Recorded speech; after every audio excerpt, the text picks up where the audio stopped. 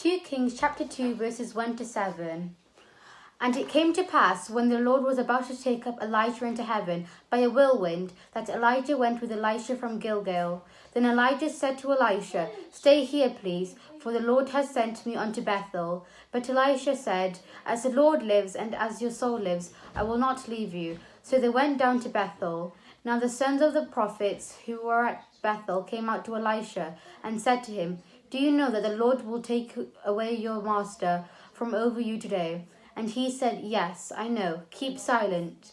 Then Elijah said to him, "Elisha, stay here, please, for the Lord has sent me unto Jericho." But he said, "As the Lord lives, and as your soul lives, I will not leave you." So they came to Jericho.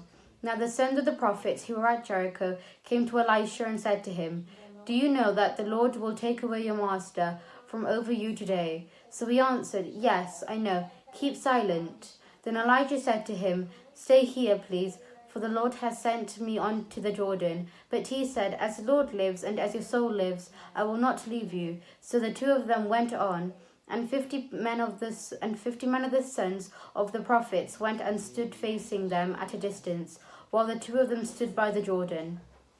2 Kings chapter 2 verses 8 to 14. Now Elijah took his mantle, rolled it up, and struck the water, and it was divided this way and that, so that the two of them crossed over on dry ground. And so it was, when they had crossed over, that Elijah said to Elisha, "Ask, what may I do for you, before I am taken away from you?"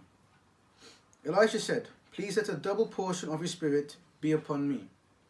So he said, "You have asked a hard thing. Nevertheless, if you see me when I am taken away from you, it shall be so for you. But if not, it shall not be so." Then it happened, as they continued on and talked, that suddenly a chariot of fire appeared with horses of fire, and separated the two of them. And Elijah went up by a whirlwind into heaven. And Elisha saw it, and he cried out, my father, the chariot of Israel and its horsemen." So he saw him no more.